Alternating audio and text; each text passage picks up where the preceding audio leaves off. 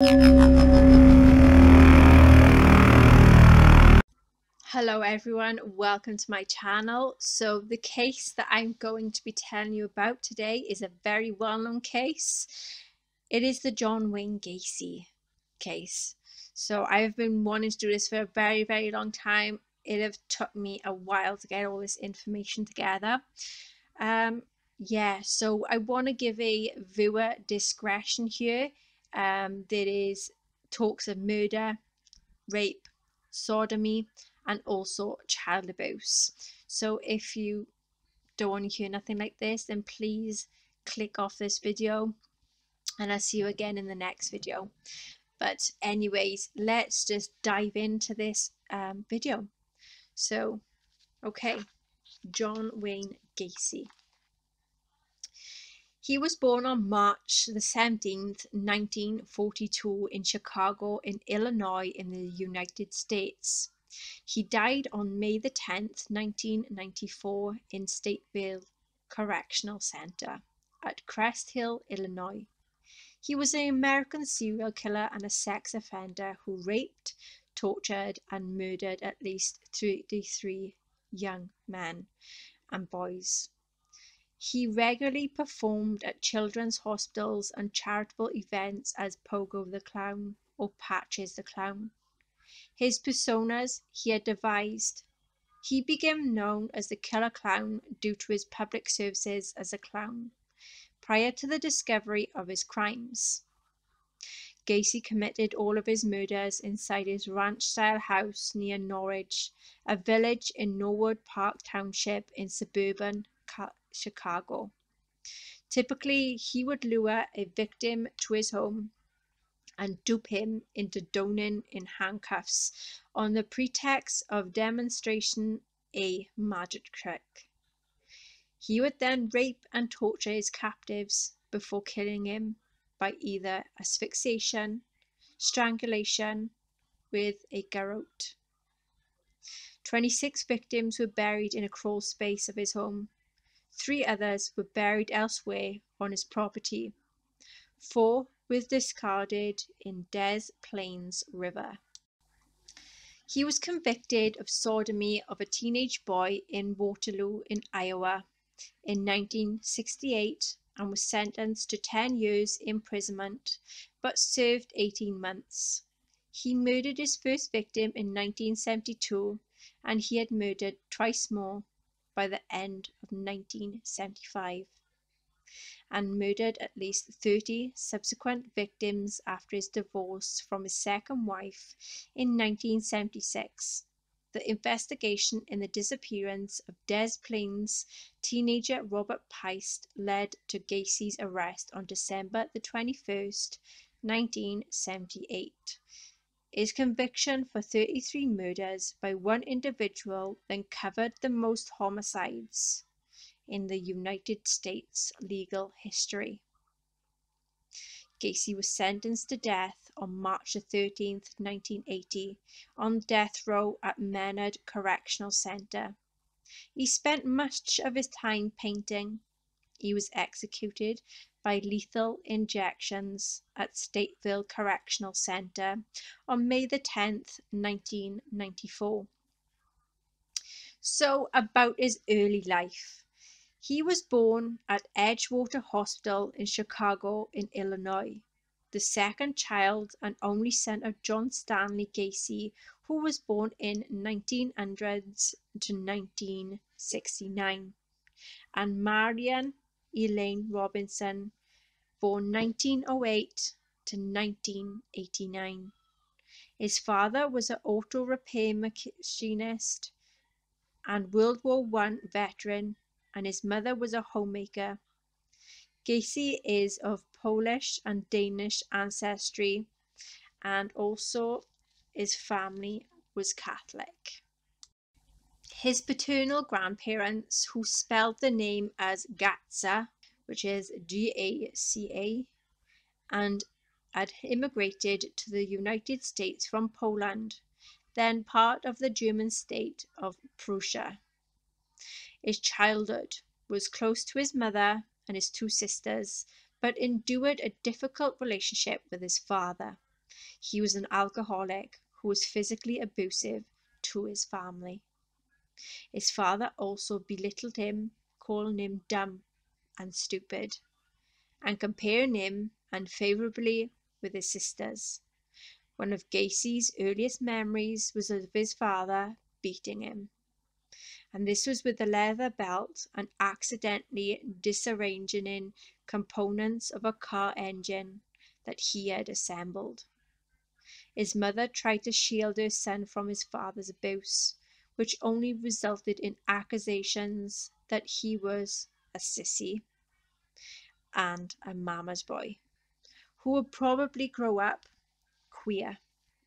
Despite this mistreatment, however, Gacy still loved his father, but felt that he was never good enough in his father's eyes. In 1949, Gacy's father was informed that his son and another boy had been caught sexually fondling a young girl. His father whipped him with a razor strap as punishment.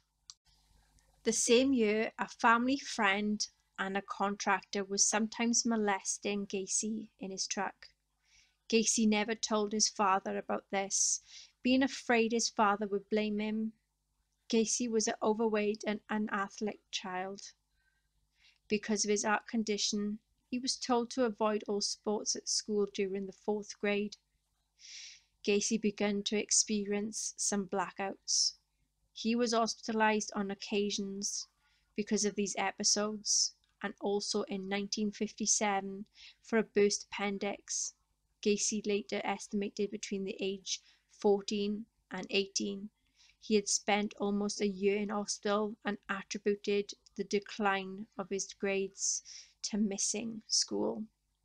His father suspected these episodes was an effort to gain sympathy and attention, and openly accused his son of faking the condition as he lay in a hospital bed, although his mother, sisters, and a few close friends never doubted his illnesses. His medical condition was never conclusively diagnosed. One of his friends in high school recalled several instances when his father ridiculed him or beated the son without provocation. On one occasion in 1957, he witnessed Gacy's father emerging drunk from the family's basement to begin belittling, then hitting his son for no apparent reason. Gacy's mother attempted to intervene as her son simply put up his hands to try and defend himself. According to the friend, he never struck his father during these altercations.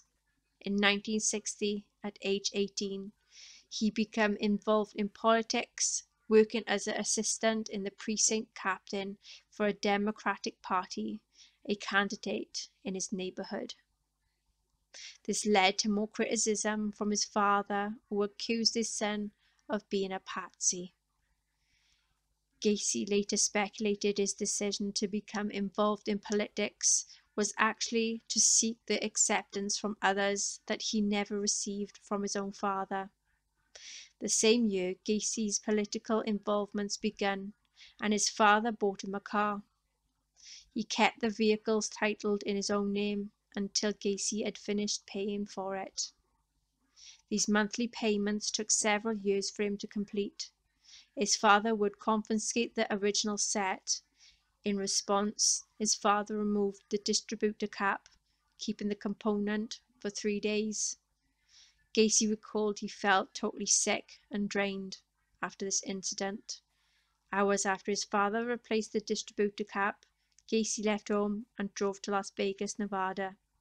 He found work within the ambulance service before he was transferred, and this was to a work tour attendant at the Palm Mortuary. As a mortuary attendant, Gacy slept on a cot bed, and this was behind the embalming room. He worked there for 3 months, observing morticians embalming dead bodies and occasionally serving as a pallbearer. He later confessed that one evening, while alone, He had clambered into a coffin of a deceased teenage male, embracing and caressing the body before experiencing a sense of shock. This prompted Gacy to call his mother the next day and ask whether his father would allow him to return home. His father agreed, and the same day he drove back to Chicago. On returning home, he enrolled at Northwestern Business College, despite having failed to graduate from high school. He graduated in 1963 and took a management trainee position with the Nunn Bush Shoe Company. In 1964, the shoe company transferred him to Springfield, Illinois, to work as a salesman and eventually promoted him to the manager of his department. In March of that year, he became engaged to Marilyn Myers, a co-worker. During their courtship, Gacy joined the located Jaycees and worked tirelessly for them, being named the key man in April 1964. That same year, he had his second homosexual experience, according to him, after one of his colleagues in the Springfield Jaycees plied him with drinks and invited him to spend the evening on his sofa, and he had agreed. The colleague then performed oral sex on him while he was drunk. By 1965, he had risen to the position of vice president of Springfield Jaycees. The same year, he was named the third most outstanding Gacy in the state of Illinois. After a 6-month courtship, Gacy and Myers married in September 1964.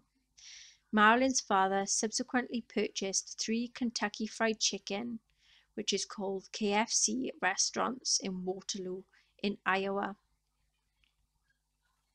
The couple moved there so Gacy could manage the restaurants with the understanding that they would move into Marilyn's parents' former home, which had been vacated for a couple. The offer was lucrative, and Gacy would receive $15,000 per year, the equivalent of about $144,000 as of 2023. Plus a share of the restaurant's profits following the obligatory completion of a management course. He was relocated to Waterloo with his wife. He opened up a club in his basement where his employees could drink alcohol and play pool. Although he employed teenagers for both sexes at his restaurants, he socialized only with the young men. He even gave many of them alcohol before he made any sexual advances. If they rebuffed him, he would claim his advances were jokes or tested of morals. His wife gave birth to a son in February 1966 and a daughter in March 1967. Later described this period of his life as perfect. He finally earned his father's approval. When his parents paid a family visit in July 1966, his father privately apologized for the physical and emotional abuse that he had inflicted throughout his son's childhood and adolescence before happily saying, quote, "Son, I was wrong about you," as he shook his hand. In Waterloo, he had joined the Jaycees chapter, regularly offering extended hours to the organization in addition to the 12 to 14 hours days. He worked managing the 3 KFC restaurants at meetings. He often provided fried chicken and insisted on being called the Colonel. He and other Waterloo Jaycees were also deeply involved in the wife swapping, which is prostitution, pornography, and drug use. Although he was considered ambitious and something of a braggart, the other Jaycees held him in high regards for his fundraising work and in 1967 named him the outstanding vice president of the Waterloo Jaycees. The same year, he served on the board of directors. In August 1967, He sexually assaulted a 15-year-old boy called Donald Voorhees Jr., son of Donald E. Voorhees, a local politician and a fellow gacy. He lured Voorhees to his house upon the promise of showing him some heterosexual stag films regularly played at gacy events. He plied Voorhees with alcohol, allowing him to watch a stag movie, then persuaded him to engage in mutual oral sex, adding, quote, "You have to have sex with a man before you start to have sex with a woman," quote. Over the following months, similarly abused several other youths, including one whom he encouraged to have sex with his own wife before blackmailing him into performing oral sex on him. He tricked several teenagers into believing that he was commissioned to conduct homosexual experiences in the interests of the scientific research and paid them up to $50 each. In March 1968, Voorhees reported to his father that he had sexually assaulted him. Voorhees Sr. immediately informed the police, who arrested him and subsequently charged him with performing oral sodomy on Voorhees and the attempted assault of a 16-year-old Edward Lynch. He vehemently denied the charges and demanded to take a polygraph test. The results indicated that he was nervous when he was denied and wrongdoing in relation to both young men. He publicly denied any wrongdoing and insisted the charges against him were politically motivated and that Voorhees Sr. had opposed Gacy's nomination for an appointment as president in the Iowa Jaycees. Several fellow Jaycees found Gacy's story credible and then rallied to his support. However, on May 10, 1968, he was indicted on sodomy charge. On August 30, 1968, he was persuaded that one of his employees, 18-year-old Russell Schroeder, to physically assault Voorhees in an effort to discourage the boy from testifying against him in court, and that he promised to pay Schroeder $300. Schroeder agreed, and in early September lured Voorhees to an isolated country park, sprayed mace in his eyes, then beat him. Voorhees escaped and reported the assault to the police, identifying Schroeder as his attacker. They arrested him the following day, while initially denying any involvement. Schroeder soon confessed to assaulting Voorhees, indicating that he has done so at Gacy's request.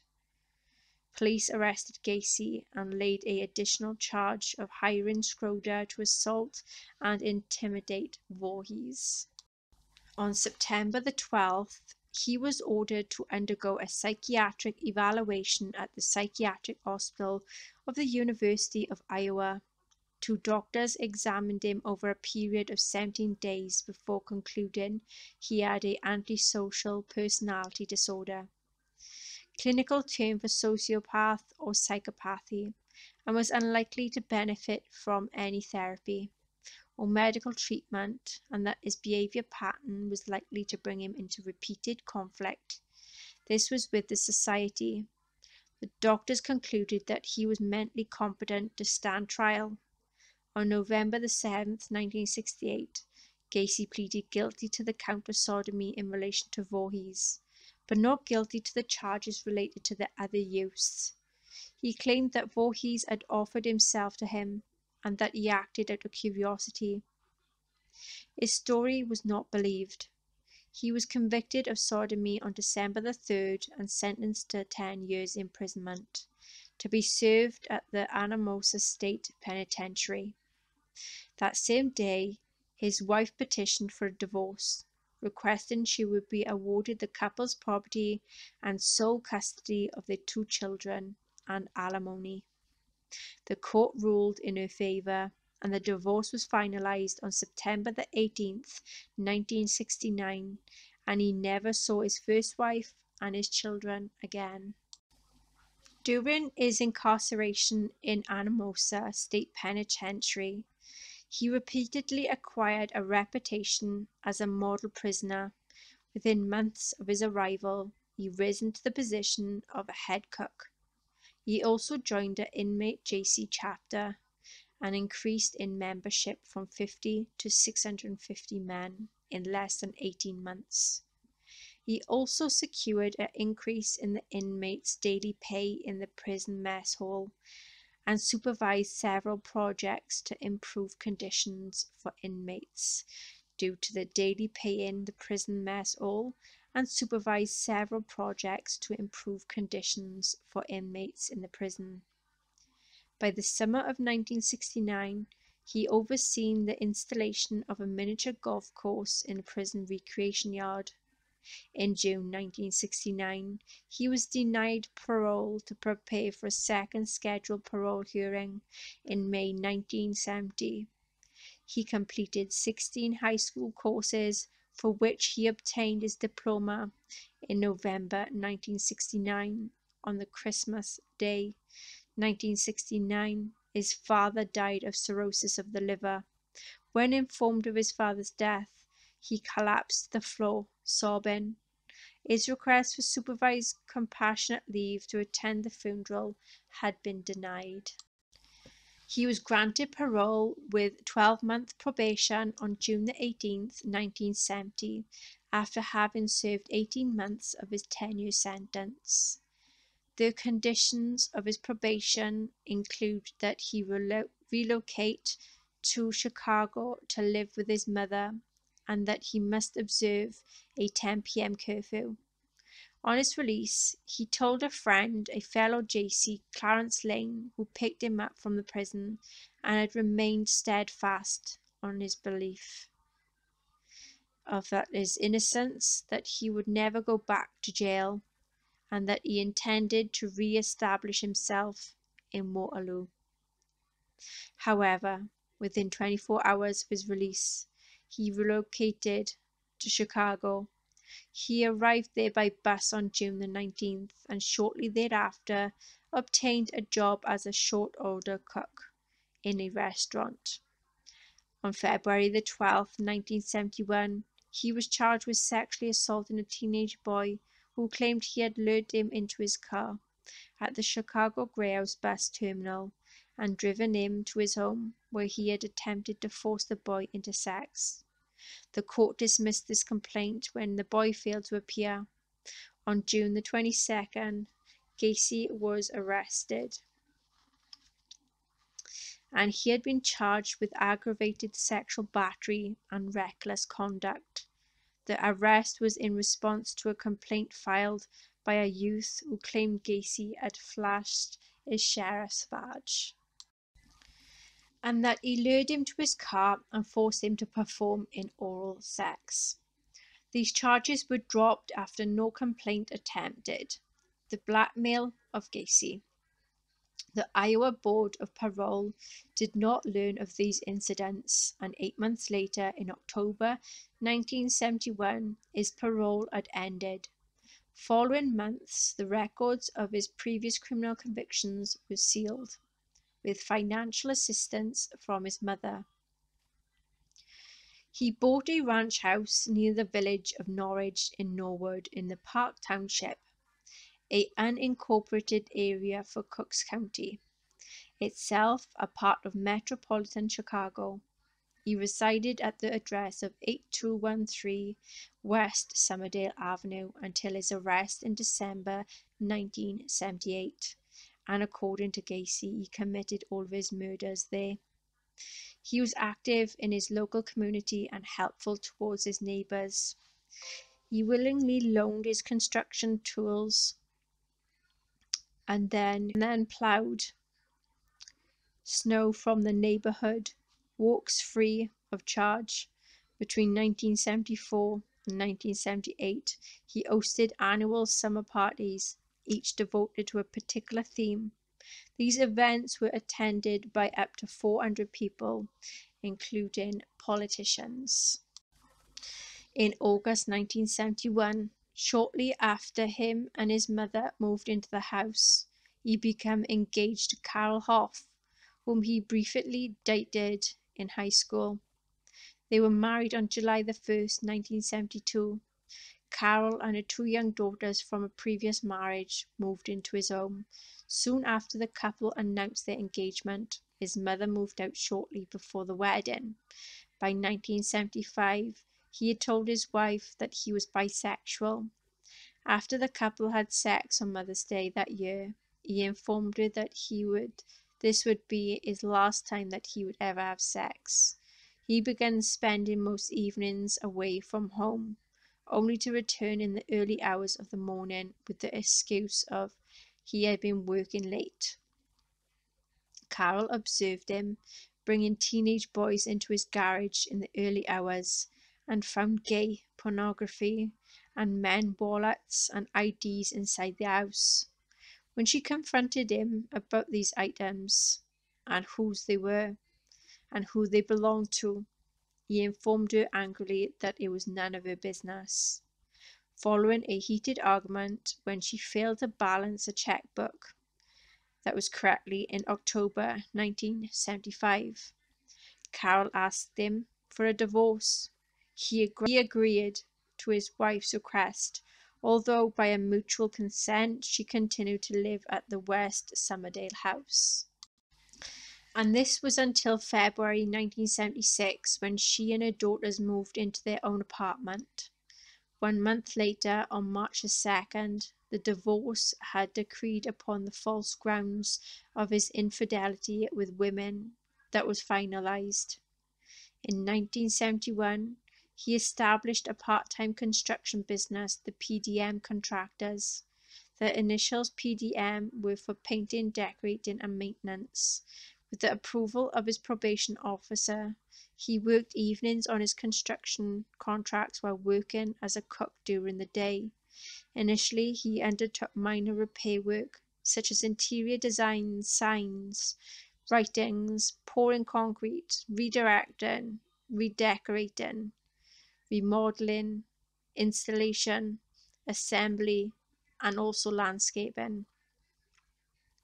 In mid-1973, he quit his job as a cook so he could commit fully to his construction business. By 1975, the PDM was expanding rapidly and he was working up to 16 hours per day. In March 1977, he became a supervisor for the PE Systems, a firm specializing in the remodeling of drugstores. Between PE Systems and PDM, he worked on up to 4 projects simultaneously and frequently traveled to other states. By 1978, the PDM's annual revenue was over $200,000. Through his membership in a local moose club, he became aware of a Jolly Joker clown club, whose members regularly performed at fundraising events and parades. This is in addition to voluntary entertaining hospitals for children. In late 1975, he joined the Clown Club and created his own clown characters, Pogo the Clown, Patchy the Clown, devising his own makeup and costumes. He described Pogo as a happy clown, where Patches was a more serious character. He seldom earned money for his performances and later said that acting as a clown allowed him to regress into childhood. He performed as both Pogo and Patches at numerous local parties, political functions, charitable events, children's hospitals. Sometimes he would remain in his clowning garbage performance and briefly drinking at the local bar. This was before returning home. His voluntary public service as a clown throughout the years of his murders led to him being known as the Killer Clown. Much of PDM's workforce consisted of high school students and young men. He would often proposition his workers for sex or insist on sexual favors in return for acts such as lending his vehicles, financial assistance, or promotions. He also claimed to own guns, once telling an employee, "Do you know how easy it would be to get one of my guns and kill you, and how easy it would be to get rid of your body?" Quote. In 1973, he and a teenage employee traveled to Florida to view a property that he purchased. On the first night in Florida, he raped the employee in the hotel room. After returning to Chicago, this employee drove to Gacy's house and beat him in the front yard. He told his wife that he had been attacked for refusing to pay him for poor quality painting work. In May 1975, he hired a 15-year-old Anthony Antonucci. 2 months later, he went to Antonucci's home, knowing the youth had injured his foot in the accident. The previous day, the two drank a bottle of wine, then watched a heterosexual stag film before Gacy wrestled Antonucci to the floor and cuffed his hands behind his back. One cuff was loose, and Antonucci freed his arm while Gacy was out of the room. When Gacy returned, Antonucci, a high school wrestler, pounced upon him. He wrestled him to the floor and obtained possession of the handcuff key and cuffed Gacy's hands behind his back. At first, he threatened Antonucci, then calmed down and promised to leave if he would remove the handcuffs. Antonucci agreed, and then Gacy left. Antonucci later recalled that Gacy told him, quote, "Not only are you the only one who got out of my cuffs, you also got them on me." July 26, 1976. He picked up a 18-year-old David Cram as he hitchhiked on Elston Avenue. He offered him a job with PDM and he began work in the same evening. On August the 21st, Cram moved into the house. The next day, Cram and Gacy with several drinks to celebrate his 19th birthday, with Gacy dressed as Pogo, and Gacy conned Cram into donning handcuffs, handcuffing his wrists and cuffed in front of his body rather than behind. He swung Cram around while holding the chain linking the cuffs, then said that he intended to rape him. Cram kicked Gacy in the face and freed himself from the handcuffs. A month later, Gacy appeared at Cram's bedroom door, intending to rape him, saying, "Dave, you really don't know who I am. Maybe it would be good if you give me what I want." Cram resisted, straddling Gacy, who left the bedroom, stating, quote, "You ain't no fun." Cram moved out on October the 5th, left PDM, although he did periodically work for Gacy's over the following 2 years. Shortly after Cram moved out of the Gacy house, another employee, 18-year-old Michael Rossi, moved in. Rossi had worked for PDM since May 1976. He lived with Gacy until April 1977. Rossi sometimes assisted Gacy in clowning at the grand openings of some businesses, and Gacy was Pogo and Rossi was as Batches. He entered the local Democratic parties in the politics and initially offering use of his employees to clean the party headquarters at no charge. He was rewarded for his community service with an appointment to serve on the Norwood Park. This is the township street lighting community. Subsequently earning the title of the precinct captain, 1975. He was appointed as the director of Chicago's annual Police Constitution Day Parade, at the event that he would supervise until 1978. Through his work with the parade, he met and was photographed with the First Lady Rosalind Carter in May 6, 1978. The event later became an embarrassment to the United States Secret Service. In the pictures, he was wearing a S pin indicating the person given special clearance. He murdered at least 33 young men and boys and buried 26 of them in the crawl space of his house. His victims included people he knew and random individuals lured from Chicago's Greyhound bus station, the Bughouse Square, or simply off the streets with a promise of a job at PDM, a offer of drink and or drugs or money for sex.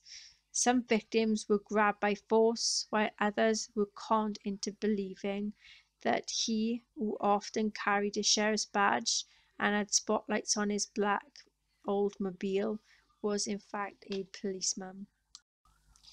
He usually lured lone victims to his house, although on more than one occasion, almost as if that he had called the doubles, two victims killed in the same evening inside his home. The usual modus operandi was to ply a youth with drink, drugs, or gain his trust.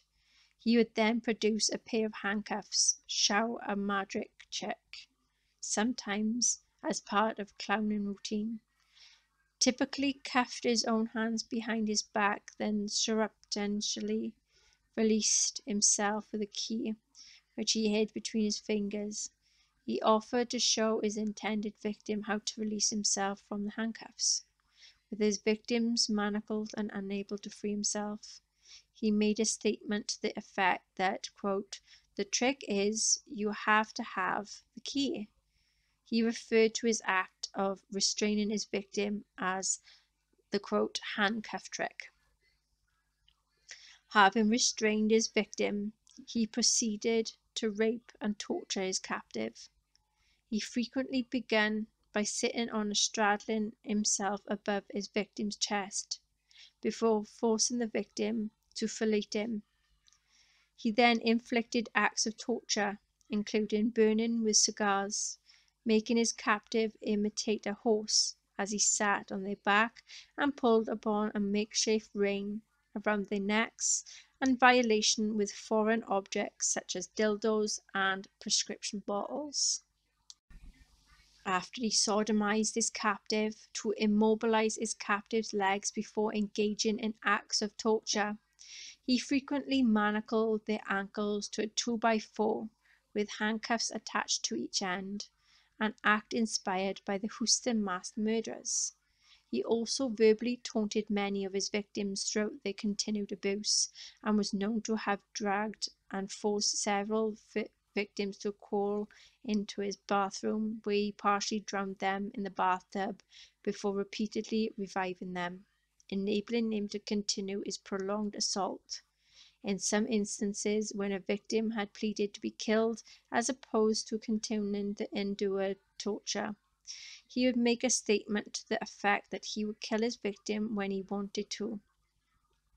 He typically murdered his victims by placing a rope tourniquet around their neck before progressively tightening the rope with a hammer handle.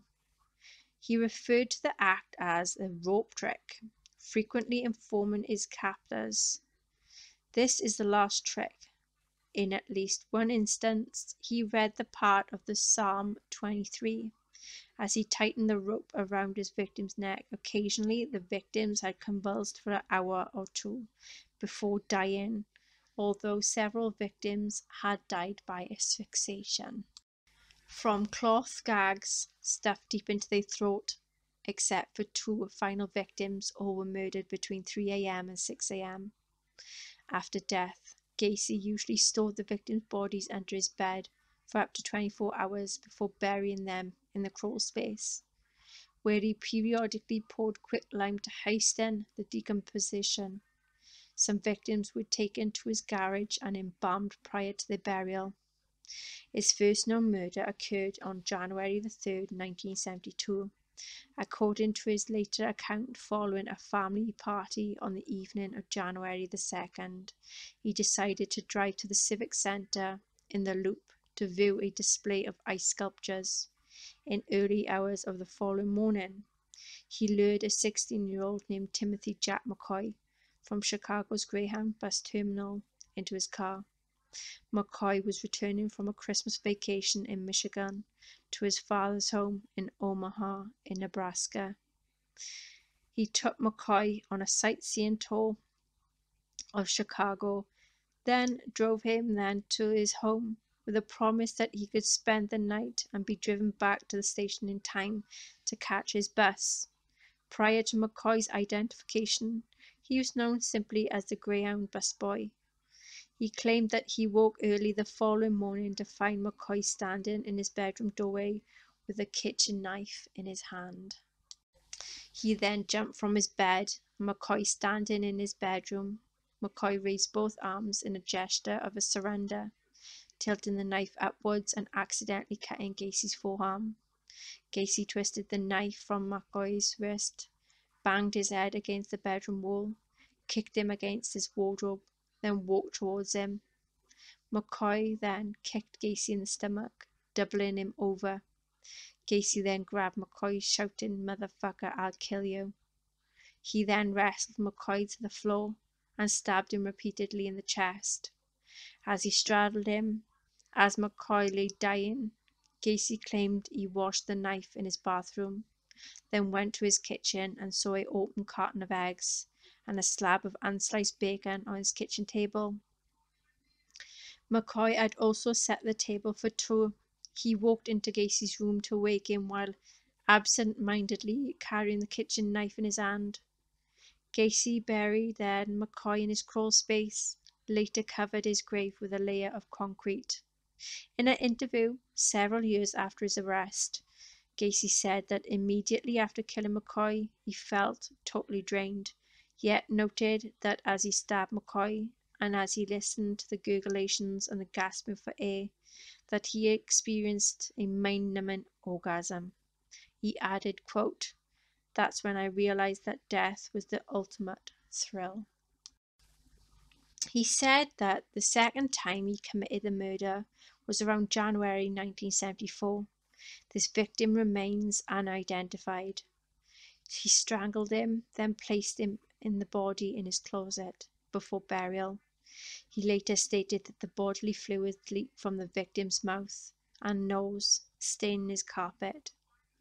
As a result, he regularly stuffed cloth rags, the victim's own underwear or sock into the mouths of the subsequent victims to prevent such a leakage from occurring.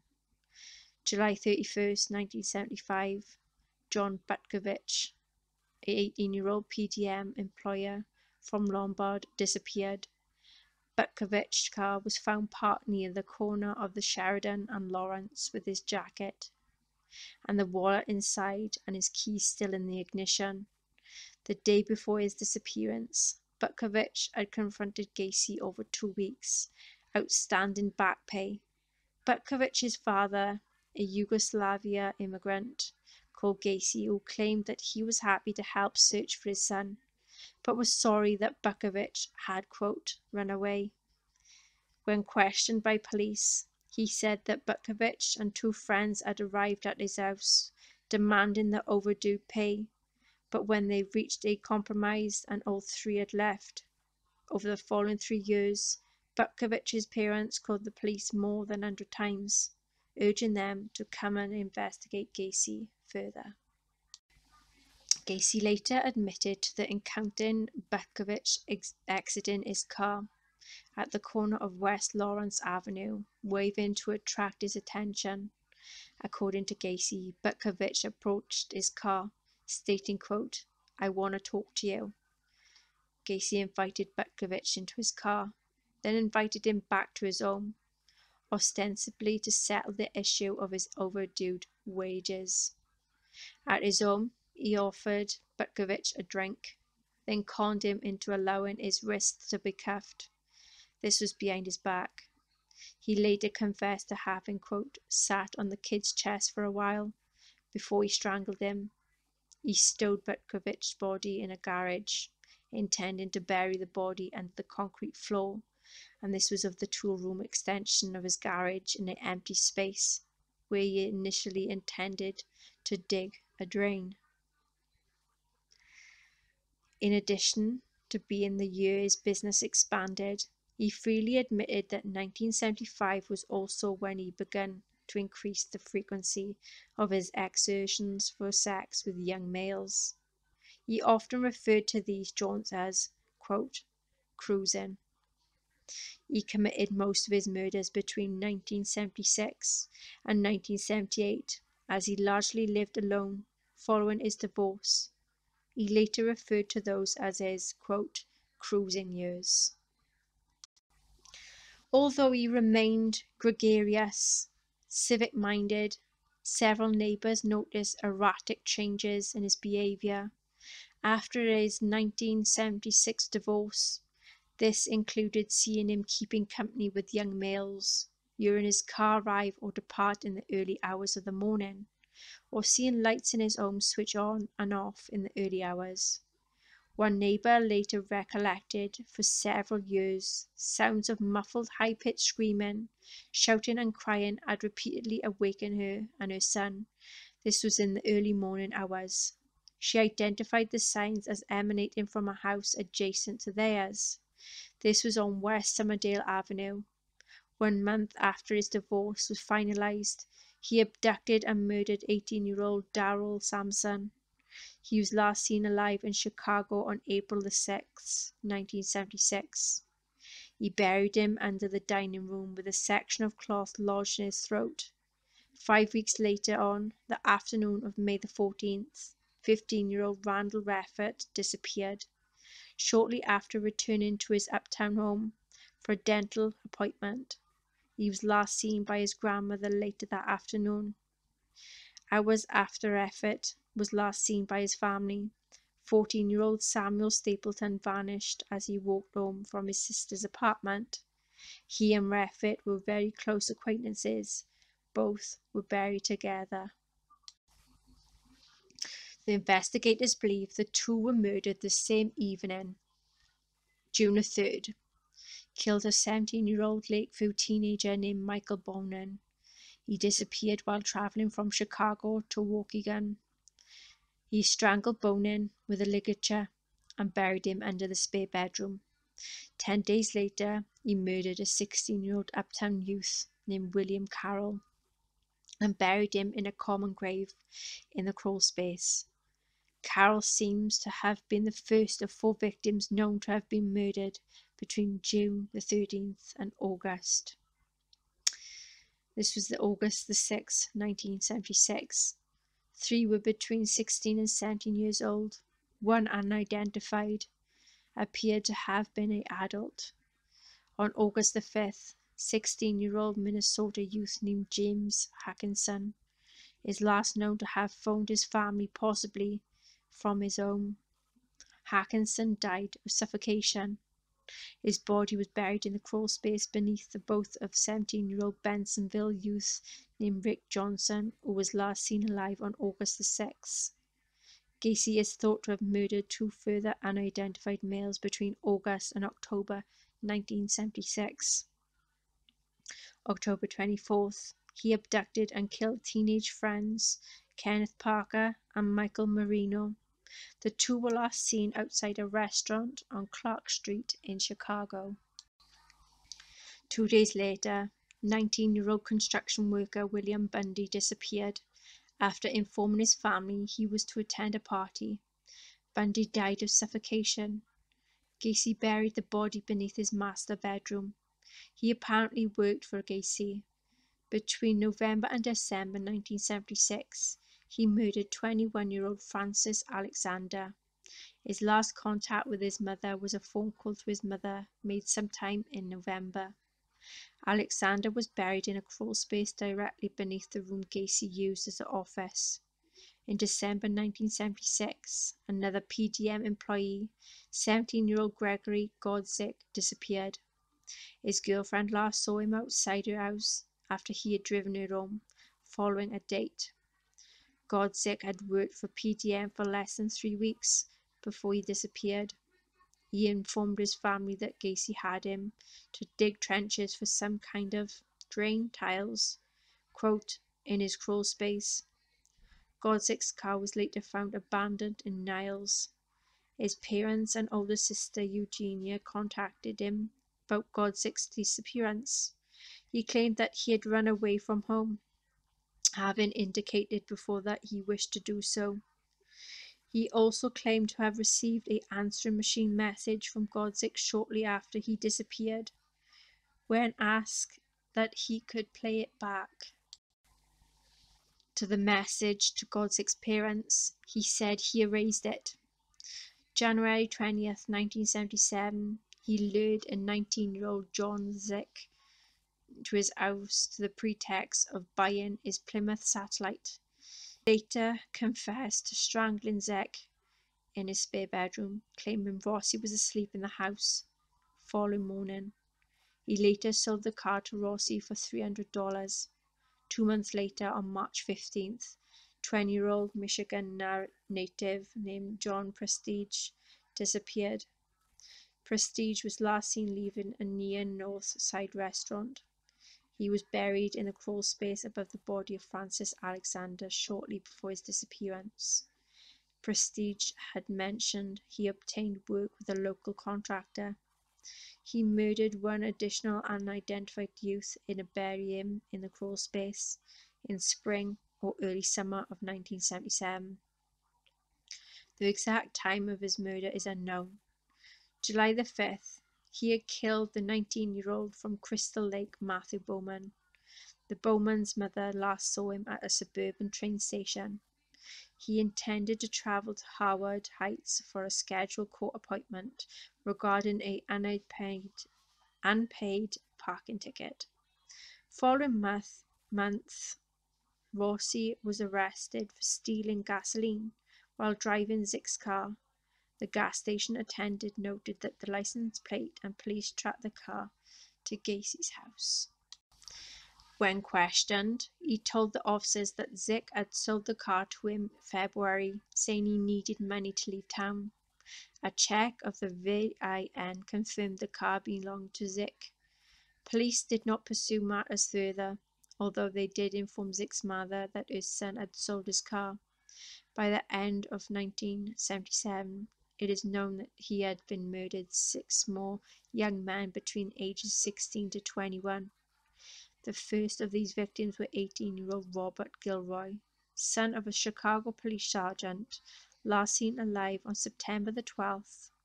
He flown to Pittsburgh, Pennsylvania to supervise a remodeling project, did not return to Chicago until September the 16th. Because Gacy is known to have been in another state at the time, Gilroy was last seen. This is cited to support Gacy's claim of any assistance that was from or more accomplices in several homicides. 10 days after Gilroy was last seen, 19-year-old former U.S. Marine John Mowry disappeared after leaving his mother's house to walk to his apartment. He had been strangled. Gacy strangled Mowry and buried his body beneath the master bedroom. October 17th, 21-year-old Minnesota native Russell Nelson disappeared. He was last seen outside a Chicago bar. Nelson was looking for contracting work. He'd been murdered.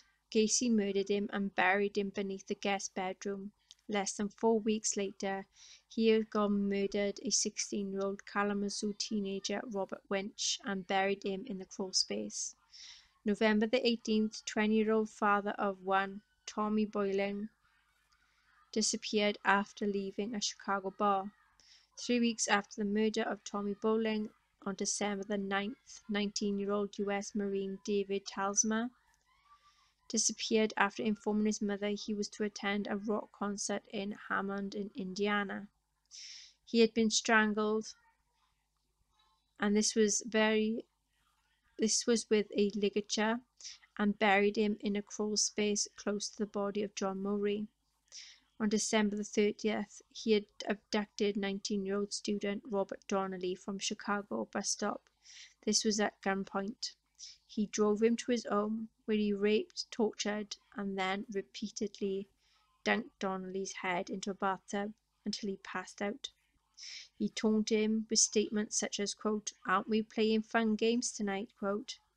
Donnelly later testified at Gacy's trial that he was in such pain that he asked Gacy to kill him. Gacy replied, quote, "I'm getting round to it." After several hours, he drove Donnelly to his workplace and released him, warning him that if he complained to the police, they would not believe him. Donnelly reported the assault, and police questioned Gacy on January the 6th, 1978. He admitted to having a sex-slave relationship with Donnelly, but insisted everything was consensual, adding that he, quote, didn't pay the kid the money he promised them. Police believed him and filed no charges. Following month, he killed 19-year-old William Kindred, who disappeared on February 16th after telling his fiancée, who knew Gacy, that he was to spend the evening in a bar. Kindred was the final victim to be buried in the crawl space. On March 21st, he lured the 26-year-old Jeffrey Rignall into his car. Shortly after Rignall entered the car, Gacy chloroformed him and drove him to his house, where his arms and his head were restrained in a pillory device affixed to the ceiling and his feet locked into another device. Gacy explained then to Rignall that he had complete control over him and that he intended to do whatever he wanted to do to him, when he wanted and how he wanted. He then raped and tortured Rignall with various instruments, including lit candles, whips, repeatedly chloroformed him into unconsciousness.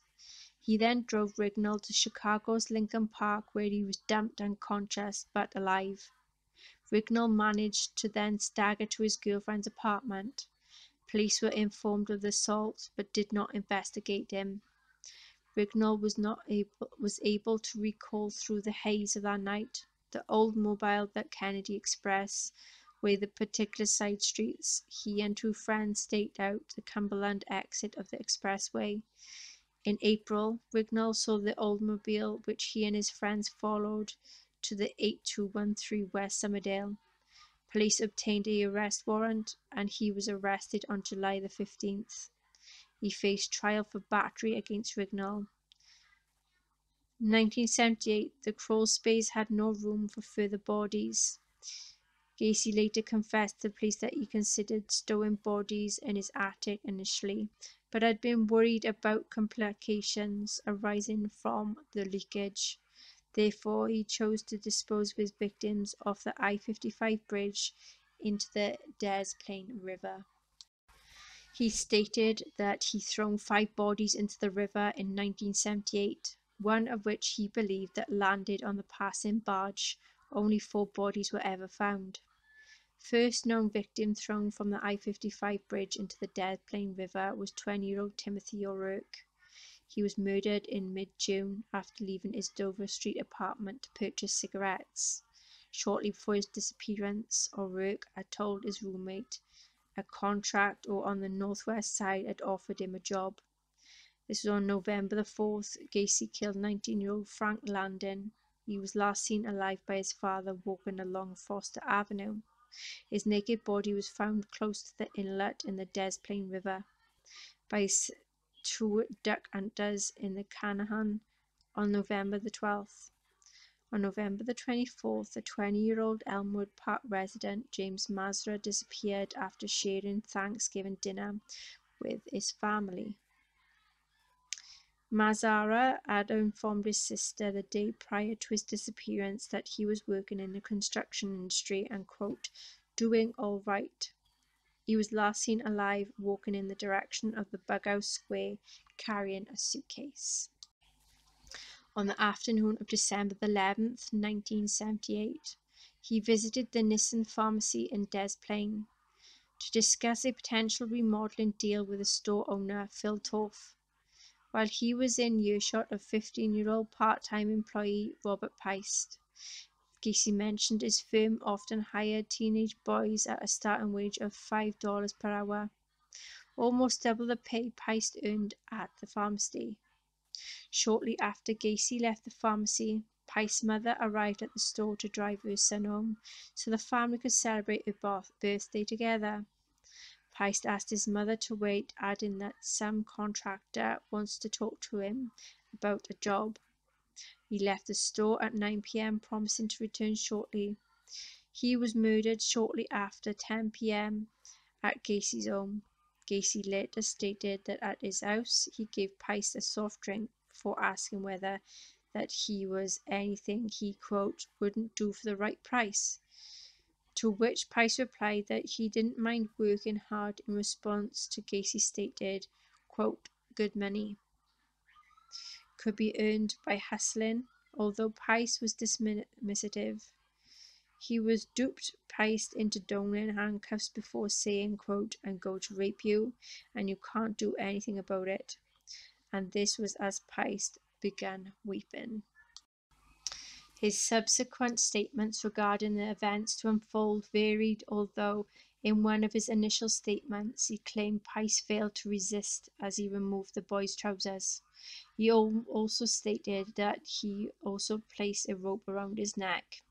The boy was crying scared, he admitted, to having received a phone call from a business acquaintance as Price lay dying, suffocating on his bedroom floor.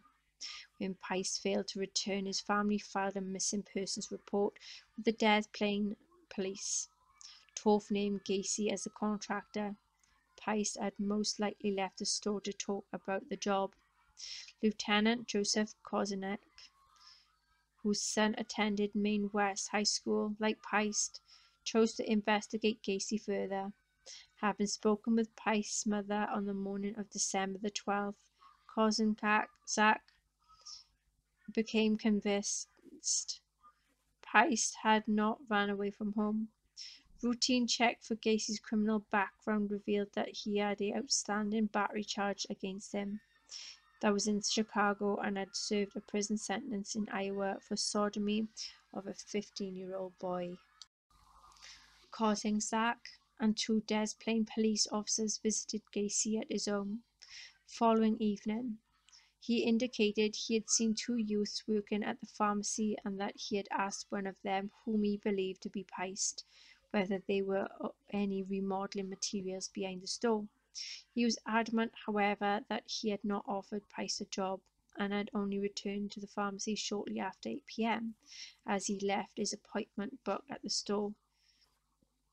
He promised to come back to the store on later that evening to make a statement confirming this, indicating he was unable to do so at the moment as his uncle had just died. When questioning as to how soon he could come to the police station, he responded, quote, "You guys are very rude. Don't you have any respect for the dead?" Quote. At 3:20 a.m., Gacy arrived at the police station, covered in mud, claiming he'd been involved in a car accident. On returning to the police station later that day, he denied any involvement in Price's disappearance and repeated that he had not offered him a job. When asked why he returned to the pharmacy, he reiterated that he had done so in response to a phone call from Torf informing he had left his appointment book at the store. Detectives had already spoken with Torf, who denied calling Gacy. At the request of the detectives, he had prepared a written statement detailing his movements on December the 11th, suspecting him may be holding Price against his will at his home. Des Plaines police obtained a warrant to try and search Gacy's house on December the 13th. This search of Gacy's property revealed several suspicious items, including several police badges and a 6mm Bravata starter pistol inside her office in the drawer, and a syringe and a hypodermic needle inside a cabinet in his bathroom. Investigators also found handcuffs, several books on homosexuality and pedestry with titles such as The Great White Swallow and Pretty Boy Must Die, 7 pornographic films, capsules of amyl nitrite, and 18-inch dildo in Gacy's bedroom, 39-inch 2x4 with 2 holes drilled into each end, bottles of Valium and atropine, and several driver's licenses were found. This was in the northwest bedroom. A blue hood parka was found atop of a toolbox inside the laundry room, and underwear too small to fit Gacy was located inside a bathroom in the closet. In the northwest bedroom, investigators found a class of 1975 Maine West High School ring engraved with the initial JAS. Investigators also recovered a Nissan pharmacy photo receipt from a trash can.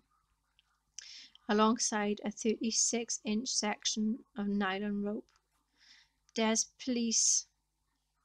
Plain police confiscated his Oldsmobile and other PDM work vehicles. Police assigned two-man surveillance teams to monitor him on the rotational 12-hour basis as they continued their investigation into his background, potential involvement in his Pice's disappearance. These surveillance teams consisted of officers of Mike Albrecht and David Hackmeister, Ronald Robinson and Robert Schultz. Following day, investigators received a phone call from Michael Vossi, who informed the investigators of Gregory Godsick's disappearance and the fact that another PDM employee, Charles Hattalula, had been found drowned in the Illinois River earlier that year.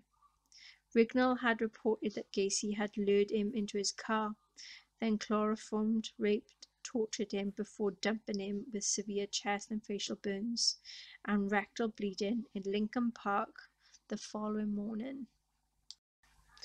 In an interview with his former wife, the same day they learned of the disappearances of John Butkovich, same day the Maine West High School ring was traced to a John Allen Zick. Interview with Zick's mother revealed that several items from his son's apartment were also missing, including a Motorola TV set.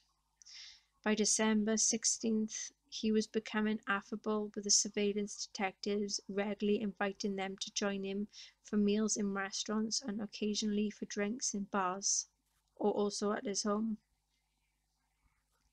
He repeatedly denied that he had anything to do with Pice's disappearance and accused the officers of harassing him because of his political connections or because of his recreational drug use. Knowing these officers were unlikely to arrest him on anything trivial, he taunted them by flouting traffic laws and succeeded in losing his pursuers more than once. That afternoon, Cram consented to a police interview in which he described Gacy's hard-working lifestyle as a open-minded attitude about sex between men. Cram also revealed that because of his very poor timekeeping, he had once given him a watch, explaining he got it from a dead person.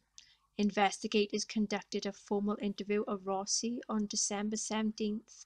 He informed them that he had been sold Zick's vehicle to him, explaining that he bought the car from Zick because he needed money to move on, to go to California.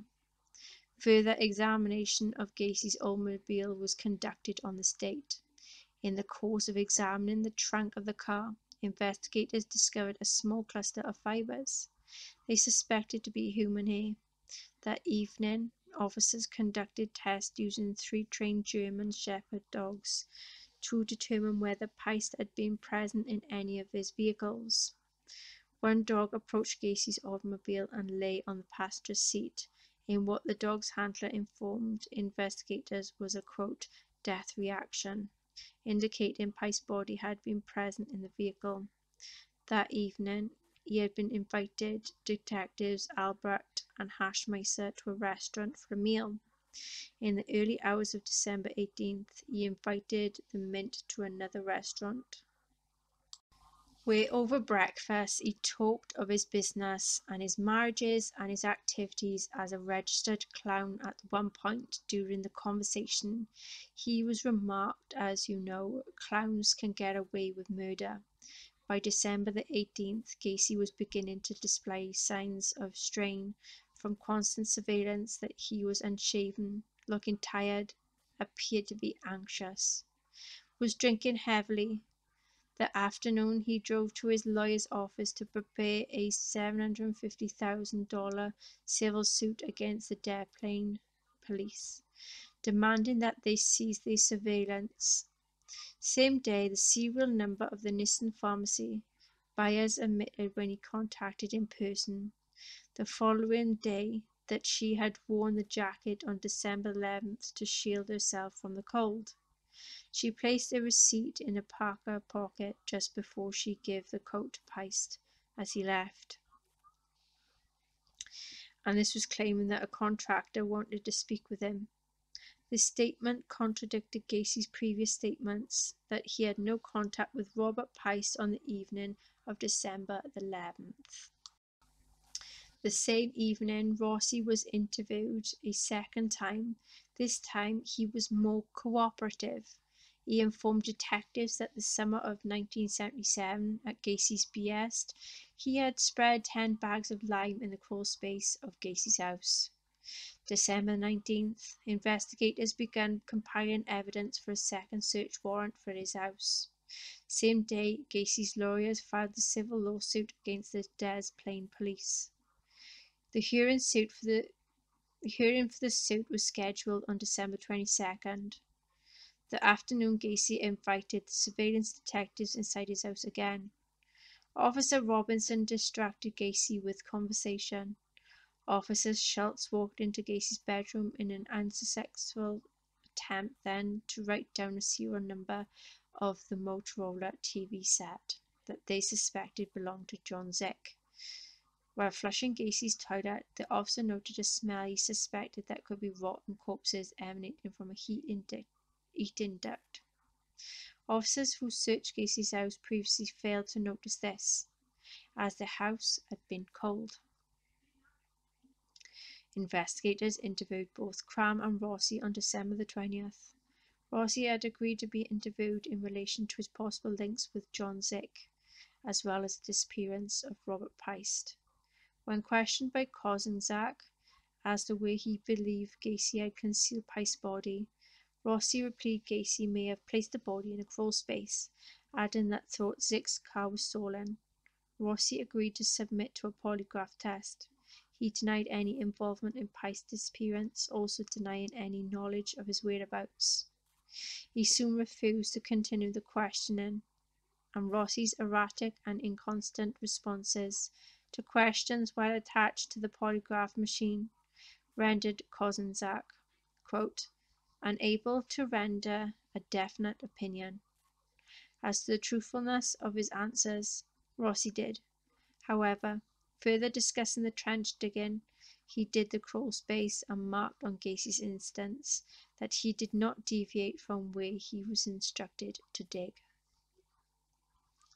Cram informed investigators of Gacy's attempts to rape him in 1976. He stated that after the Gacy had returned to his home after the December 13th search of his property, he had turned pale after seeing a clod of mud on his carpet, which he suspected had come from his crawl space. Cram said Gacy had grabbed a flashlight and immediately crawled the crawl space to look for evidence of digging. When asked whether he'd been in the crawl space, Cram replied he had once been asked by Gacy to spread lime down there and also dug trenches, while Gacy had explained where the drainage pipes. Cram stated these trenches were 2 feet, which is 0.61 m wide, 6 feet, 1.8 m long, and 2 feet, which is 0.61 m deep, the size of graves. On the evening of December the 20th, Gacy drove to his lawyer's office in Park Ridge.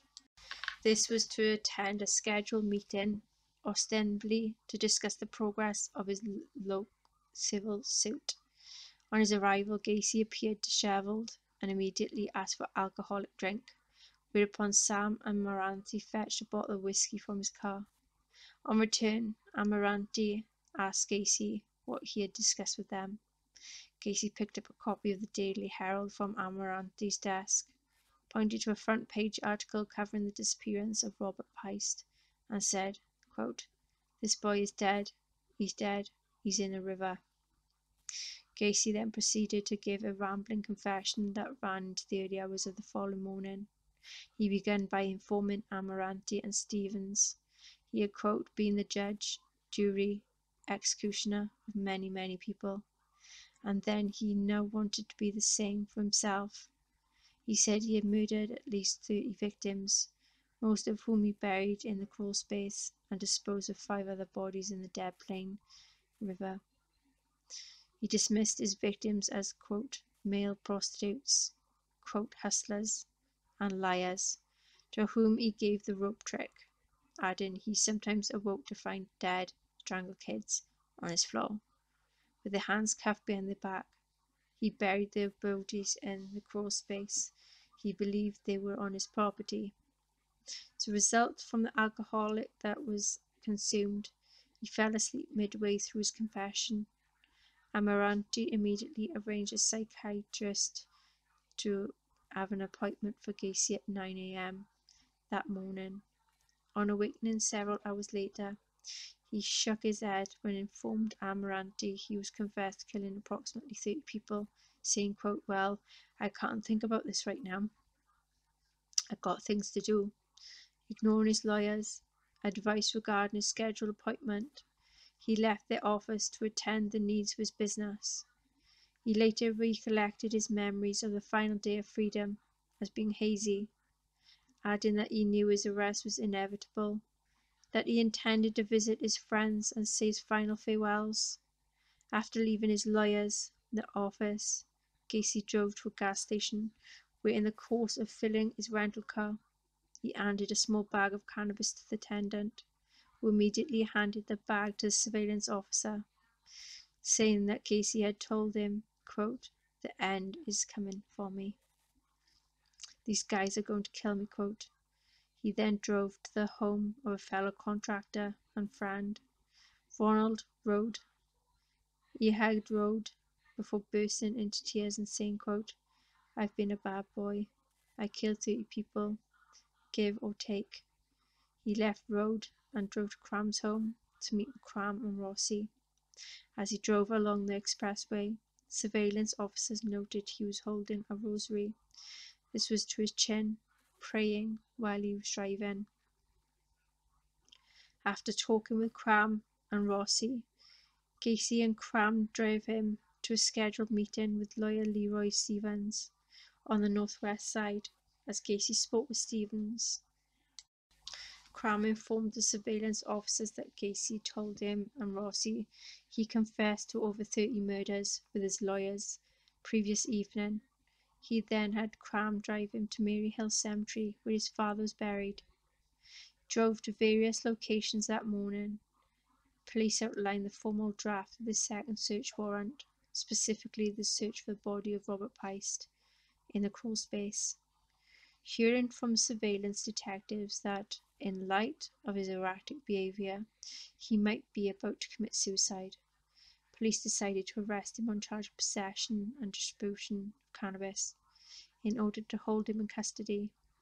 As a formal request for a second search warrant was presented at 4:30 p.m. December 21st, the eve of the hearing of Gacy's civil suit, Judge Marvin J. Peters granted the request for a second search warrant. After police informed Gacy of their intentions to search a crawl space for the body of Peist, Gacy denied the teenager was buried there, but confessed to having killed in self-defense a young man whose body was buried under his garage. Armed with a signed search warrant, police and evidence technicians drove to Gacy's home. On their arrival, officers found Gacy had unplugged his sump pump, flooding crawl space for water. To try and clear it, they simply replaced the plug and waited for the water to drain. After he had done so, evidence technician Daniel Genty entered the 28 by 38 crawl space, crawled to the southwest area, began digging. Within minutes, he uncovered putrefied flesh, human arm bone. Genty immediately shouted to the investigators they could charge Gacy with murder, adding, quote, "I think this place is full of kids," quote. Police photographer then dug in the northeast corner of the crawl space, uncovering a patella. Two of them began digging in the southeast corner, uncovering two lower leg bones. Victims were too decomposed to be placed. Bodies discovered to be northeast corner was later unearthed. Crime scene technician discovered the skull of a second victim alongside his body. Later, excavations of feet of the second victim revealed further skull beneath the body. Because of this, technicians returned to the trench where the first body was unearthed. discovering the ribcage of a fourth victim within the crawl space, confirming the scale of these murders. After being informed the police had found human remains in his crawl space, that he would now face murder charges, Gacy told officers he wanted to, quote, clear the air, adding he'd known his arrest was inevitable since the previous evening, which he had spent on the couch in his lawyer office. Early morning hours of December 22nd, in the presence of lawyers, he provided a formal statement in which he confessed to murdering approximately 30 young males, all of whom claimed to have entered his house willingly. Some victims were referred by name, but claimed not to know or remember most of the names. He claimed all were teenage male runaways or prostitutes, majority of whom he buried in his crawl space. He claimed to have dug only 5 victim graves in the location, and his employees, including Gregory Godzik, dig the remaining trenches so that they have, quote, have graves available. One victim hailed from Rude Lake, another had been Michigan native, showed a driver's license instrument of Robert Haston, which had been found on his property. He claimed not to know him, but admitted that the license had been in possession of one of his victims. January 1979, he planned to conceal the corpses even further by covering the entire crawl space with concrete. When questioned specifically about Peist, he confessed to luring him to his house and strangling him on the evening of December 11th. He admitted to having slept alongside Peist's body that evening before disposing of the corpse in the river of Des Plaines. In the early hours of December 13th, on his way to the police station, he'd been in a minor traffic accident.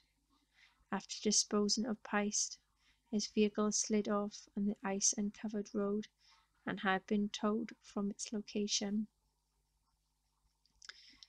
Accompanied by police, his lawyers and his older sister, was driven to the I-55 bridge, December 23rd, to pinpoint the precise spot where he confessed to having thrown the body of Robert Peist, also 4 other victims, into the Plain River. Gacy was then taken to his house and instructed to mark his garage floor with orange spray paint, also to show where he buried the individual he supposedly killed in self-defense, whom he named as John Butkovich. Gacy's sketch of burial locations in the basement, and investigators later diagrammed, to assist officers in their search for victims buried beneath his house.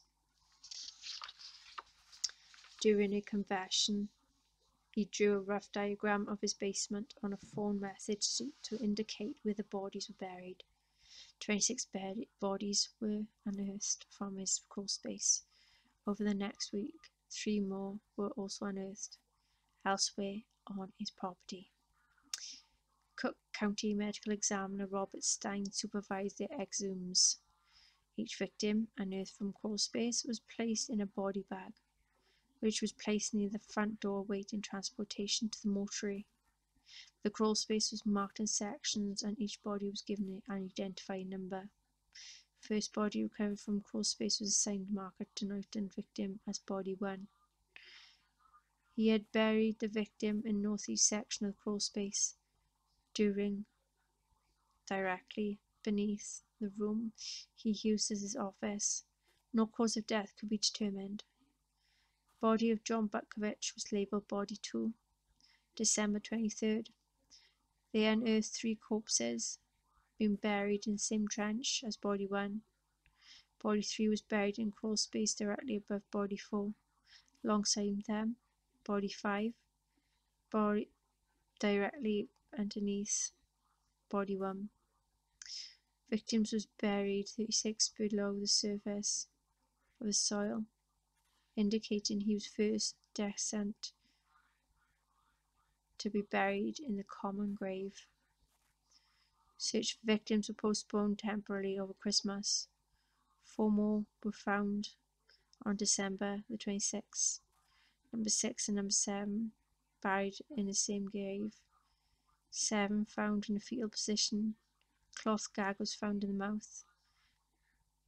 They concluded the victim was most likely died of asphyxia.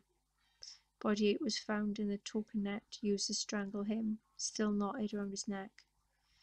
Body 9, found beneath a layer of concrete, was found to have several stab wounds to the ribs and sternum, suggesting he was Gacy's first victim.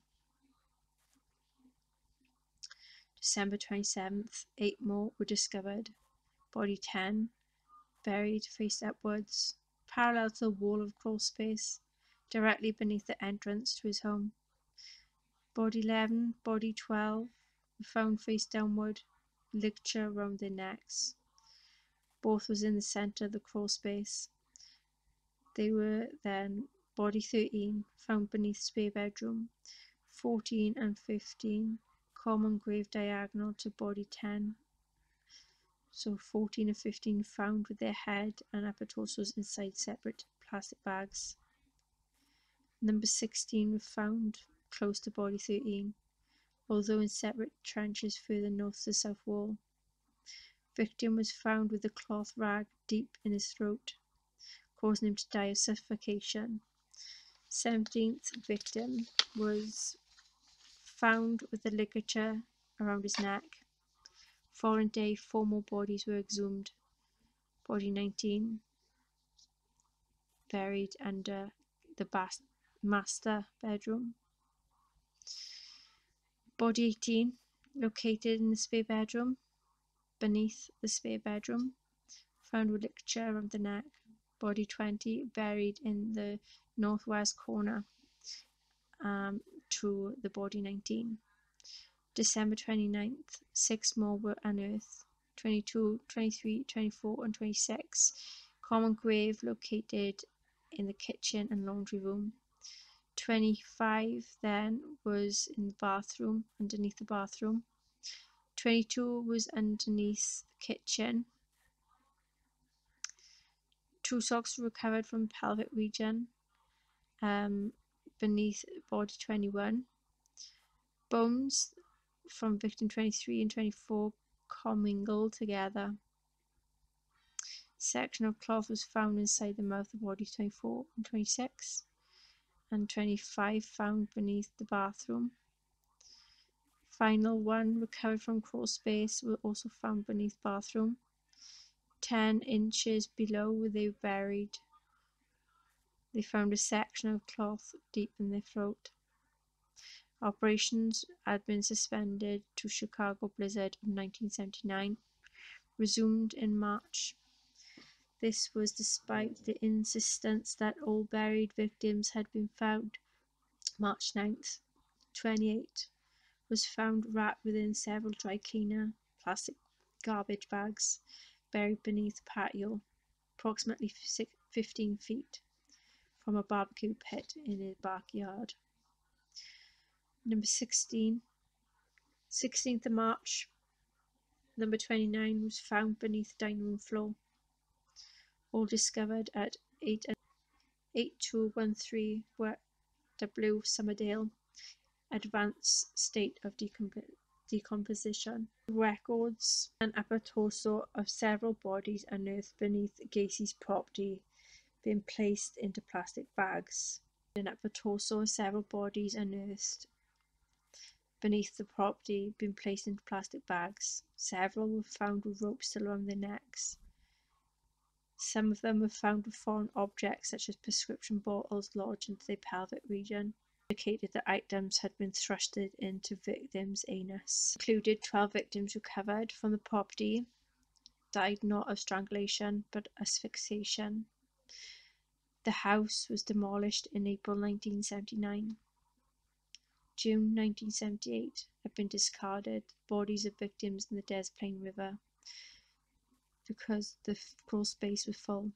Found a victim 6 miles downstream from the I-55 bridge June 30th, not connected initially, but January 1979, a victim was identified using fingerprint records and distinctive tattoo on left bicep, reading Tim Lee, a homage to Bruce Lee. Timothy O'Rourke. Autopsy was unable to rule out strangulation as cause of death. Victim was number 31. The arrest then was investigated that they discovered he was a further victim. Frank Langding's cause of death was certified at autopsy as suffocation through underwear being lodged in his throat. Him to drown in his own vomit.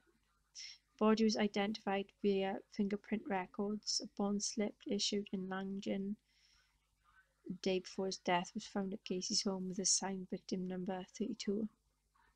December 28th, further body linked to him was found 1 mile from I-55 bridge. Victim was identified as James Mazara, whom he confessed to have murdered shortly after Thanksgiving. He'd been strangled with a ligature. April 9th, 1979. Man walking along a Grundy County towpath discovered decomposed body, tangled in exposed roots on edge of Dead Plain River. It was identified by records of dentals that it was of Robert Peist. Subsequent autopsy revealed 3 wads of paper-like material being shoved down his throat while being still alive, causing him to suffocate. He was brought to trial on February 6, 1980, charged with 33 murders. Tried at Cook County, Illinois, before Judge Louis Garipo. Jury was selected from Rockford. This was to do with extensive press coverage in Cook County. At the request of the defense counsel, spent over 300 hours with doctors at the Menard Correctional Center in Chester, year before his trial. Underwent psychological tests for panel psychiatrists to determine whether he was mentally competent to stand trial. He attempted to convince the doctors that he had multiple personality disorder, claimed to have full personalities, hard-working, civic, multiple-minded contractor, clown, active politician, policeman called Jack Hanley, whom he referred to Bad Jack. When he confessed to the police, he claimed to relay the crimes of Jack, detested homosexuality, who viewed male prostitutes as weak, stupid, and degraded scum. Lawyers opted to have Gacy plead not guilty by reason of insanity to charge against him. The Jekyll and Hyde character. The defense produced several psychiatric experts that examined him. 3 of the psychiatrists said at his trial they found him to be paranoid schizophrenic with multiple personalities, and that some of them said he had full control of his actions. To support the contention, several witnesses to testify at the premeditation and that he took to escape detention. Doctors refuted claims of multiple personalities and insanity. Cram and Rossi testified that Gacy made them dig drainage trenches, spread bags of lime in crawl space. Both said that they looked periodically in the crawl space to ensure that any other employees they supervised did not deviate in these locations that was marked. 18th of Feb. Robert Stein testified all the bodies recovered from Gacy's property were markedly decomposed, putrefied, skeletonized, that all of the autopsies had performed 13 victims died of asphyxiation, 6 ligature strangulation, 1 multiple stab wounds to the chest, 10 undetermined. Defense team suggested all 33 were caused by accidental aortic asphyxia. Jeffrey Rignall testified on behalf of the defense on February 21st, recounting his ordeal. He wept repeatedly while describing the torture of him in March 1978. Whether it was appreciated the criminality of his actions, he believed that he was unable to conform his actions to law's expectations, beastly, animalistic ways that he attacked him. And there was some specifics that involved some cross-examination due to the torture. So Rignall vomited and was excused further testimony. February 29th, Donald Voorhees. Gacy sexually assaulted in 1967, testified, and that he used subsequent attempts to dissuade him from testifying by paying another youth to spray mace in his face and beat him. Voorhees felt unable to testify, but attempted to do so before being asked to step down. Robert Donnelly testified a week after Voorhees, recounting the ordeal in December 1977. Being distressed, recalled the abuse endured that came close to breaking down several times. Gacy laughed at him repeatedly. Donnelly finished his testimony. Donnelly's cross-examination, one of Gacy's defense attorneys, Robert Motter, attempted to discredit his testimony, but Donnelly did not waver from his testimony. During the fifth week of trial, he wrote a personal letter to Judge Garbo requesting a mistrial for reasons including that he did not approve of his lawyers' the insanity plea. His lawyers had not allowed him to take the witness stand. His defense had not called enough medical witnesses. Police were lying with regard to verbal statements and alleged made to detectives after their arrest. They were self-serving. Gacy's letter by informing them both counsels should not be denied opportunity or funds to summon expert witnesses to testify. Final arguments by both prosecution and defense attorneys. Concluding, prosecuting attorney Terry Sullivan spoke first, outlining that the history of abuse and use of efforts to avoid detection, describing surviving victims Voorhees and Donnelly as living dead, referring Gacy as the worst of all murderers. Quote, John Gacy has accounted for more human devastation than many earthly catastrophes. One must be tremble when thinking about how close he came to getting away with it all. After the state 4-hour closing, Sam Amarante spoke for the defense. Amarante argued against testimony delivered by doctors, repeatedly citing testimony of the 4 psychiatrists and psychologists who testified on behalf of the defense. Amarante accused Sullivan, scarcely referring to the evidence presented at trial in his own closing argument, rousing hatred against his client, portraying Gacy as a man driven by compulsions when he's unable to control, proving Gacy sane beyond reasonable doubt. In support of the arguments, defense referred to the testimony of the doctors who appeared in the defense. Michael Reed, both of whom had testified their belief Gacy being unable to control his actions. Amarante urged the jury to put aside any prejudices and that they did deliver a verdict if not guilty by reason of insanity, and was a danger to both himself and others. March 12th morning, William Kunkel continued to argue for the prosecution, calling the contention of insanity as a sham. Concluded that Gacy was antisocial personality, capable of committing crimes without remorse, unlikely to benefit from social or psychiatric treatment, stating that he had recommendations of his doctor be needed and would not have been freed. Kunkel removed photos of Gacy's 22 identified victims from a display board, asked jury not to show sympathy but to show justice, before throwing the stack of photos into the opening of the trapdoor from Gacy's crawl space, which had been introduced as evidence that was on display in the courtroom. Delivered for 1 hour 50 minutes, announcing they reached their verdicts. He was found guilty of 33 charges of murder, also found guilty of sexual assault, taking indecent liberties with a child, both convictions in reference to Robert Pice at the time. Conviction for 33 murders, the most for which any person in US history had been convicted for. Deliberated for more than 2 hours before sentencing Gacy to death for each murder committed by Illinois statute.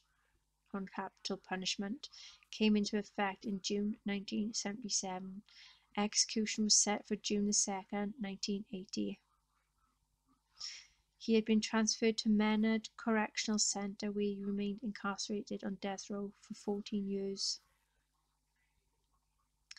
Gacy initiated contact with WLS-TV journalist Russ Ewing, who granted numerous interviews between 1979 to 1981. Later collaborated with the author Tim Cahill to publish the book Buried Dreams. 15th, 1983, Henry Brisbane, fellow death row inmate known as the I-57 killer, stabbed Gacy in the upper arm with a sharpened wire. Gacy was participant in a voluntary work program. Second death row inmate injured in the attack.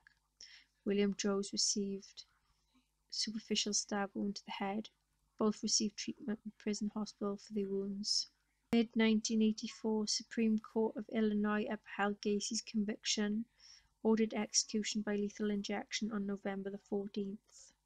Kling argued that Gacy had been provided with ineffective legal counsel at his 1980s trial. Post-conviction petition was dismissed on September 11th, 1986. Gacy appealed the 1985 decision that he was to be executed. Illinois Supreme Court held up his conviction on September the 29th, 1988, with a new execution date of January 11th, 1989. May 9th, 1994, he had been transferred to the Menard Correctional Centre to Stateville Correctional Centre in Cresthill to be executed. Allowed to have private picnic on prison ground with his family for last meal, he ordered a bucket of KFC, frozen a dozen fried shrimp, French fries, fresh strawberries, Diet Coke. He observed prayer with a Catholic priest from whom he received last rites before being escorted to Stateville Execution Chamber to receive a lethal injection.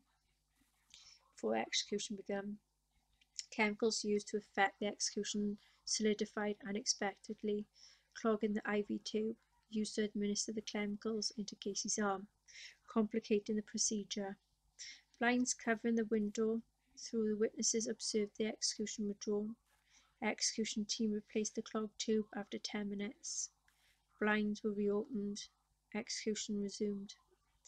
Procedure took 18 minutes. Anesthesiologist blamed the problem on prison officials' inexperience with conducting an execution. It led Illinois adopting an alternative method of lethal injection. He got much easier death than any of his victims. Diagnosed as a psychopath, did not express any remorse for his crimes. Final spoken words were reported to be "kiss my ass." Hours leading up to Gacy's execution, crowd estimated over 1,000 gathered outside the correctional centre. Vocal majority were in favour of execution. Small number of anti-death penalty protesters were also present. The t-shirts that was made had slogans saying "No tears for the clown."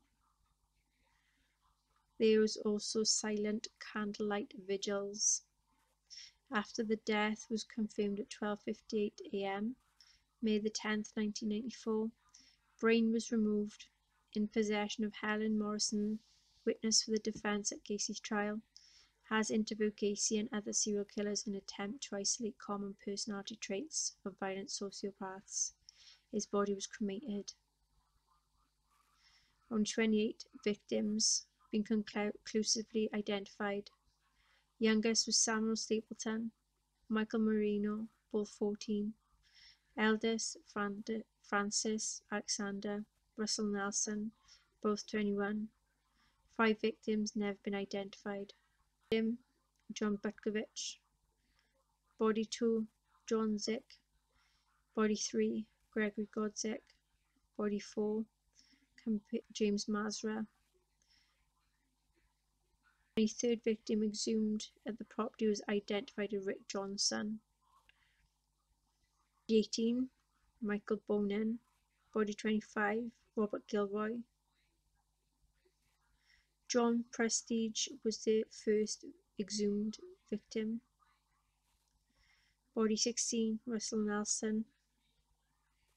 20, John Mowry. Body 8, Matthew Bowman. 22nd victim, William Carroll.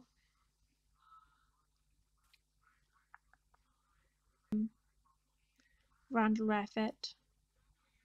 Body 27, William Kindred. Bodies 11 and 12, Robert Winch and Tommy Bowling. Samuel Stapleton. 17, David Tasma. Body 29, Daryl Sampson. 14, 15, Michael Marino, Kenneth Parker. Timothy Jack McCoy. Body 19, William Bundy. 18-year-old James Hackinson. Body 24, 21-year-old Francis Wayne Alexander. Body 5, Timothy Jack. 16, January 3rd, 1972. Body 9, crawl space. John Butkovich. 18, July 31st, 1975. Body 2, in the garage. Daryl Julius Sampson. 18, April 6, 1976. Body 29, dining room. Randall Wayne Reffett. 15, May 14th, 1976. Body 7, crawl space. Samuel G. Dodge Stapleton. 14, May 14th, 1976. Body 6, crawl space. Michael Lawrence Bonnet. 17, June 3rd, 1976. Body 18, crawl space. William Huey Carroll Jr. 16, June 30th, 1976. Body 22, crawl space. James Byron Hakinson. 16, August 5th, 1976. Body 24, crawl space. Rick Lewis Johnson. 17, August 6, 1976. Body 23, crawl space. Kenneth Reed Parker. 16, October 24th, 1976. Body 15, crawl space. Michael M. Marino. 14, October 24th, 1976. Body 14, crawl space. William George Bundy. 19, October 26, 1976. Body 19, crawl space. Francis Wayne Alexander. 21, December 1st, 1976. Body 5, crawl space. Gregory John Godzik. 17, December 12th, 1976. Body 4, crawl space. John Allen Zick. 19, January 20th, 1977. Body 3, crawl space. John Stephen Prestige. 20, March 15th, 1977. Body 1, in the crawl space. Matthew Walter Bowman. 19, July 5th, 1977. Body 8, crawl space. Robert Edward Gilroy Jr. 18, September 15th, 1977. Body 25, crawl space. John Anthony Mowry. 19, September 25th, 1977. Body 20, found in the crawl space. Russell Lloyd Nelson. 21, October 17th, 1977. Body 16, crawl space. Robert David Winch. 16, November 10th, 1977. Body 11th, in the crawl space. Tommy Joe Bolin. 20, November 18th, 1977. Body 12, crawl space. David Paul Talsma. 19, December 9th, 1977. Body 17, crawl space. William Wayne Kindred. 19, February 16th, 1978. Body 27, in the crawl space. Timothy David O'Rourke. 20, June 16th to 23rd, 1978. Body 31, in the Des Plaines River. Frank William Langdington. 19, November 4th, 1978. Body 32, in the Des Plaines River. James Mazra. 20, November 24th, 1978.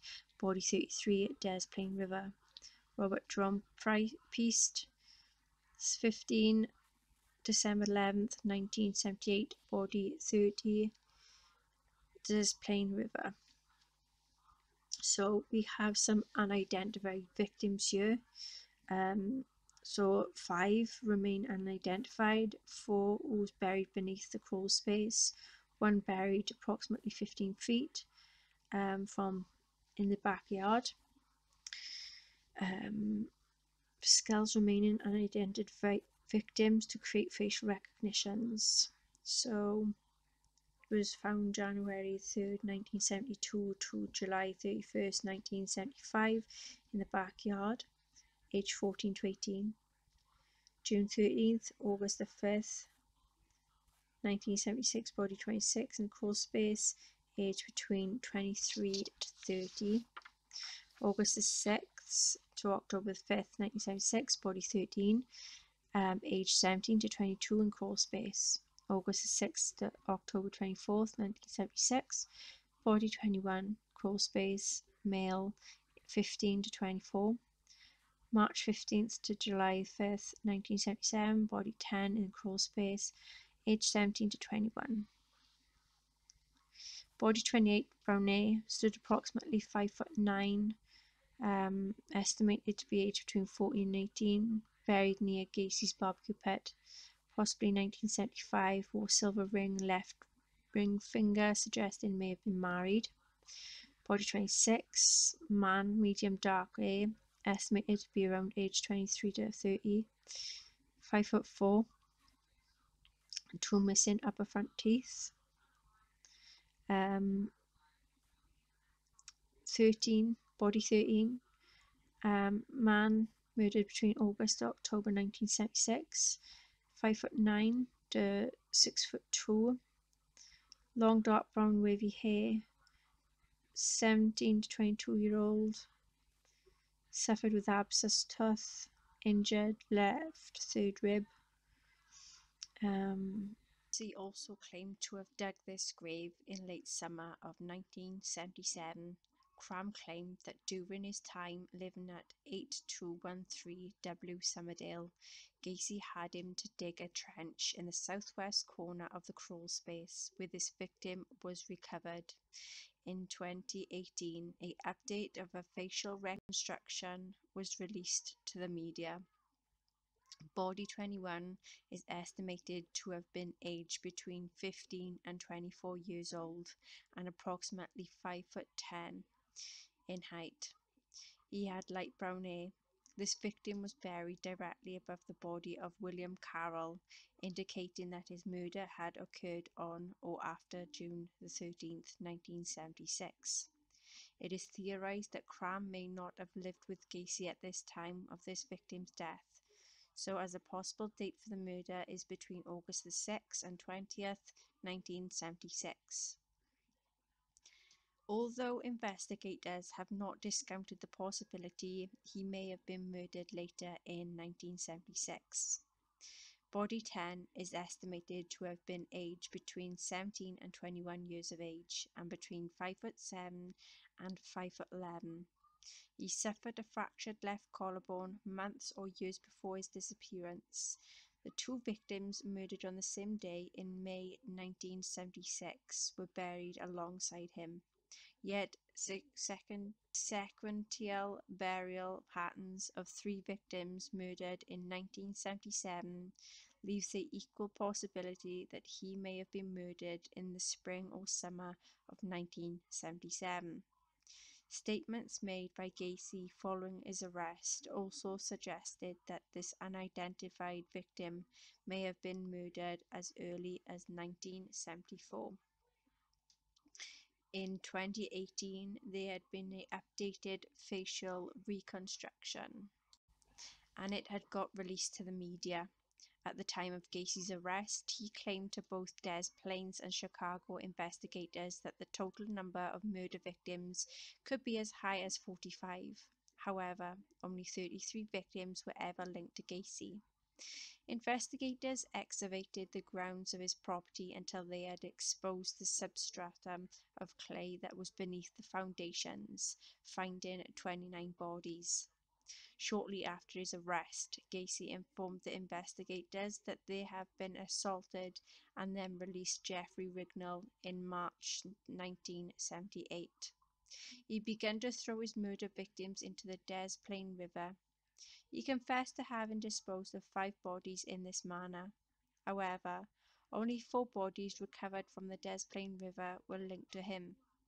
When asked whether there were more victims, Gacy stated, "That's for your guys to find out." Disputed DNA and dental tests conducted between 2012 and 2016 indicated that neither body found in the common grave in Gacy's crawl space and identified as those of Kenneth Parker and Michael Marino in 1980 was actually Marino. Marino's mother had always doubted her son's identification because the clothing found on the body 14. It was inconsistent with what he had worn when she last saw him. DNA testing conducted upon the exhumed body of Parker, it has been proven that Marino's body had not been mistaken. The dental x-ray conducted on the victim identified as Marino and revealed that they had all of the second molars. A dental x-ray conducted on Marino in March 1976 revealed one molar had not erupted. The original identification of the body, identified as Michael Marino, has been disputed because the exhumed body had neither upper or lower jawbone. Nonetheless, the orthodontist who had identified Marino's remains stated his conviction in the accuracy of his findings, adding that he had compared 32 teeth. Probably half a dozen of them had very distinctive fillings, and every one of them was constant with Michael Marino. May the 23rd, 1978, 25-year-old Charles Antonio Hatalula was found drowned in the Pecatonica River near Freeport in Illinois. He'd been missing since May the 13th. Hatula was an employee of PDM and had been linked to the initial investigation of Gacy. This was after Rossi informed investigators of both Godzik's disappearance and Hatula's death. Moreover, Rossi had stated that Hatula was known to have conflicts with Gacy when he had failed to show up at work. Gacy had informed him and several other employees that he had drowned. At the time of Hatula's death, no more bodies could be stored in Gacy's crawl space, which leave a possibility that he had disposed of Hatula's body in the Pecatonica River. However, Des Plaines authorities had contacted Freeport during the investigation into Gacy and were told Hatula had fallen to his death from a bridge. Hatula's death has been officially ruled as asphyxia by drowning. Retired Chicago police officer Bill Dorsch stated he had reason to believe that there might be more victims buried in the ground of the apartment building located at the 6100 block of West Miami Avenue in Chicago, property where Gacy had been a caretaker for several years before his 1978 arrest. In 1975, Dorsch, then a Chicago police officer, observed Gacy, whom he knew on a casual basis, holding a shovel in the early hours of the morning. When Dorsch confronted him, Gacy said he was doing work that he was too busy to do during the day. Dorsch also said that several other residents of West Miami Avenue stated that they seen Gacy digging trenches in the grounds of the property in early to mid-1970s. One of these residents also said that Gacy later placed plants in the elongated trenches that he had dug. At the time these actions were observed, Gacy was still married to Carol Hoff. In March 2012, Cook County Sheriff's officials submitted a request to excavate the grounds of this property. The Cook County State's Attorney denied the request, citing a lack of probable cause as the reason, including the results of 1998, a search of the property. However, the Sheriff's Office noted that in 1998, a radar survey suggested 14 areas of interest within the property grounds, yet only 2 of these 14 anomalies had been excavated. Of the 12 remaining anomalies, 4 were described as being staggeringly suggestive of human skeletons. Moreover, Dorsch had provided police with a letter from the radar company which confirmed the 1998 search of the grounds was incomplete. A second request of the excavate of the grounds of West Miami Avenue was submitted to the Cook County State's Attorney by Sheriff Tom Dart. In October 2012, this request was granted in January 2013, and a search of the property was conducted in the spring. Both FBI sniffer dogs and ground-penetrating radar equipment were used in the second search of West Miami Avenue. However, the search yielded no human remains. One of the first things Gacy told investigators after his arrest was that he had not acted alone in several of the murders. He asked whether my associates had been arrested. When questioned whether these associated had participated directly or indirectly in the killings, Gacy replied, directly. He later claimed Cram and Rossi were involved in several of the murders. Some criminal defense attorneys and investigators researching the possibility that Gacy had not acted alone in several of the murders have said that there is overwhelming evidence that Gacy worked with an accomplice. In the 1980s, Gacy informed the FBI profiler Robert Ressler that 2 or 3 PDM employees had assisted in several murders. Ressler believed that there were unexplained avenues to the case and that Gacy had killed more than 33 victims in multiple states. Gacy neither confirmed nor denied Ressler's suspicions. Jeffrey Rignall, who had been assaulted and tortured by Gacy in March 1978, was adamant that at one point during his ordeal, a young man with brown hair had knelt before him and watched his abuse. Rignall also said that he saw a light come on the other part of the house. One of the occasions, 3 days before his arrest, during the surveillance of Gacy, 2 officers followed him to a bar where he met 2 employees, Michael Rossi and Ed Hefner.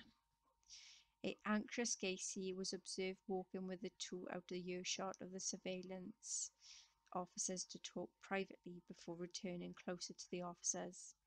Gacy said to both young men, "You better not let me down, you fuckers. You owe it to me." The officers then overheard sections of the hushed conversations between Gacy and the 2 during which Rossi asked Gacy, "And what? Buried like the other 5? In interviews from death row, Gacy said that at the time of his arrest, 3 BDM employees were also considered suspects in the murders, all of whom he said was in possession of keys to his house. In addition to Cram and Rossi, Gacy named his former employee Philip Paskey, who was a close associate of John Norman and an acquaintance of David Cram.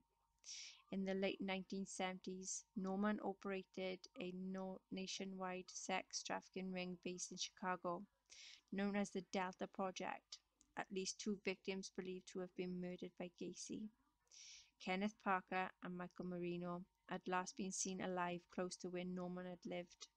This led to speculation that Gacy had been connected to this trafficking ring. Gacy claimed that he was not in Chicago when 16 of the identified victims had disappeared in 2012.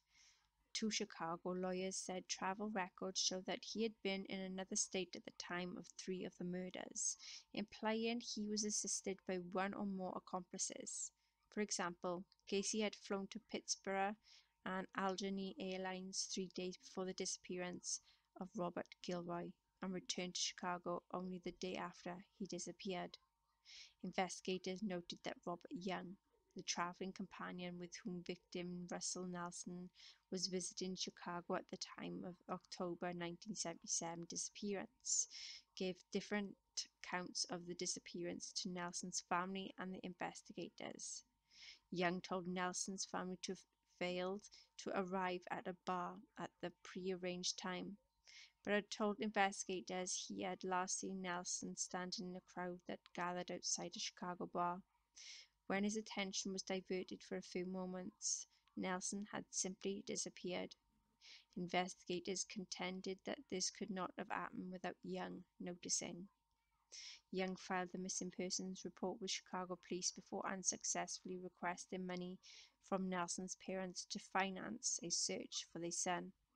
When Nelson's two brothers arrived in Chicago to search for him, Young offered them a job with PDM. Young was never summoned to testify at Gacy's trial, as he died in 1987. In a third case, travel records indicated Gacy was at a scheduled job site in Michigan at 6 a.m. on September 26, 1977, day after the disappearance of 19-year-old John Mowry, who was last seen leaving his mother's house at 10 p.m. on September the 25th. Mowry's roommate was a PDM employee who formerly lived with Gacy and had moved into Mowry's apartment less than a week before Mowry's disappearance. Two witnesses had stated that this roommate had suggested to Mowry that he meet a man who is going out of town 2 days before Mowry had disappeared. In 1984, Sam Amarante, one of the Gacy's two defense attorneys at his 1980 trial, authorized procedures that were incorporated by the Illinois General Assembly into the Missing Child Recovery Act of 1984. Amarante has since said the primary inspiration for the legislation was that at the time of Gacy's murders. Illinois police had to wait 72 hours before initiating a search for a missing child or adolescent. The Illinois Missing Child Recovery Act of 1984 removed the 72-hour waiting period.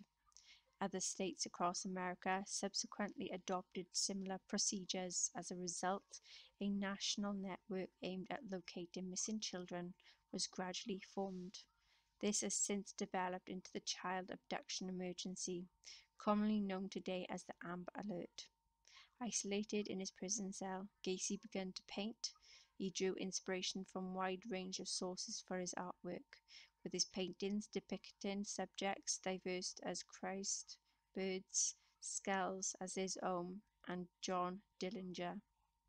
Many paintings were of clowns, including himself as Pogo or Patches. His Hi-Ho series featured scenes of Walt Disney's version of the Seven Dwarfs.